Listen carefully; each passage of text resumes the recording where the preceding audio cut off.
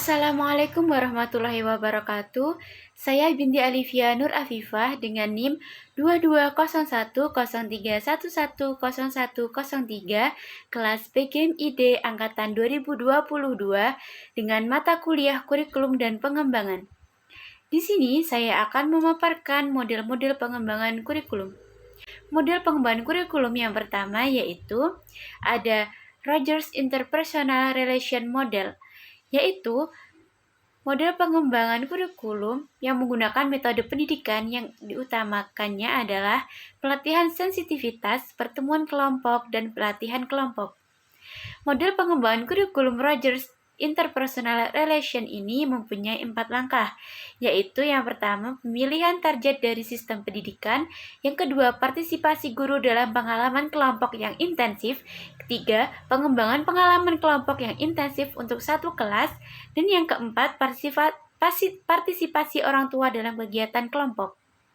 Model pengembangan yang kedua yaitu ada Emerging Technical Models, yaitu pengembangan model kurikulum model pengembangan kurikulum yang menggunakan teknologi yang terdiri dari 3 variasi model, yaitu model analisis tingkah laku, model analisis sistem, dan model berdasarkan komputer.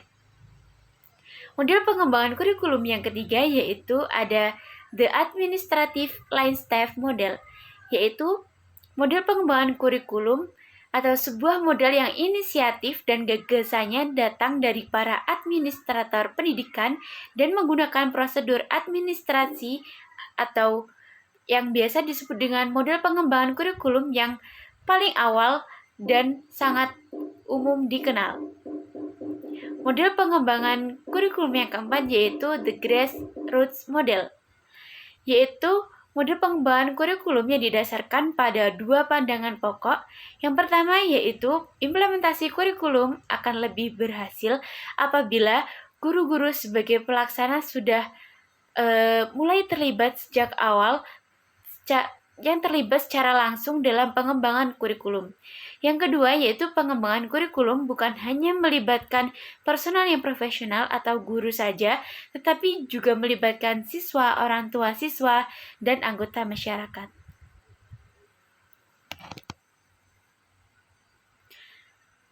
Model pengembangan kurikulum yang kelima yaitu ada Taylor's Behaviors Model, yaitu model perkembangan kurikulum dengan perhatian khusus pada fase perencanaan dalam proses mulai dari menentukan tujuan hingga penilaian pelajaran. Tahapan pengembangan kurikulum terdiri dari 4 tahapan. Yang pertama yaitu menentukan tujuan pembangunan kurikulum, yang kedua pengalaman belajar, yang ketiga pengorganisasian pengalaman belajar, dan yang keempat penilaian tujuan pembelajar. Model pengembangan kurikulum yang keenam yaitu Tabas Inverted Model, yaitu model pengembangan kurikulum yang lebih mendorong inovasi dan kreativitas guru-guru yang bersifat induktif dengan cara melaksanakan eksperimen, diteorikan, kemudian diimplementasikan. Dan 5 langkah pengembangan kurikulum model Tabas ini yaitu yang pertama mengadakan unit-unit eksperimen bersama guru-guru, yang kedua menguji unit eksperimen, yang ketiga mengadakan revisi dan konsolidasi, dan yang keempat pengembangan keseluruhan kerangka kurikulum, yang kelima pelaksanaan dan penyebaran kurikulum. Model pengembangan kurikulum yang ketujuh yaitu ada The Systematic Action Research Model, yaitu model pengembangan kurikulum yang didasarkan pada asumsi bahwa perubahan kurikulum merupakan perubahan sosial. Model ini menekankan pada 3 hal, yaitu hubungan insani, sekolah, dan organisasi serta masyarakat, serta wibawa dari pengetahuan profesional.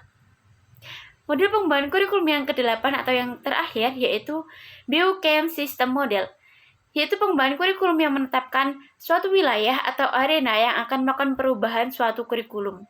Jadi perubahannya dilakukan secara bersamaan atau dengan serentak satu wilayah atau satu arena.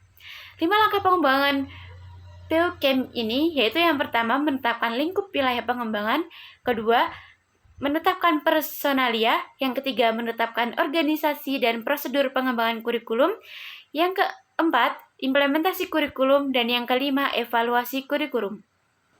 Menurut saya, dari 8 model yang telah saya sebutkan, model pengembangan kurikulum yang cocok untuk diadaptasi dalam pengembangan pendidikan dasar pada saat ini yaitu model pengembangan Tabas Inverted Model dan Beukem System Model.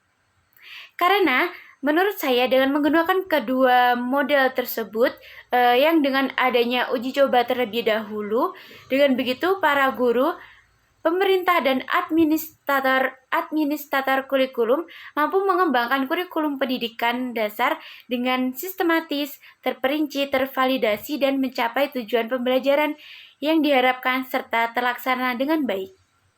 Sekian dari saya, mohon maaf apabila ada kekurangannya. Wassalamualaikum warahmatullahi wabarakatuh.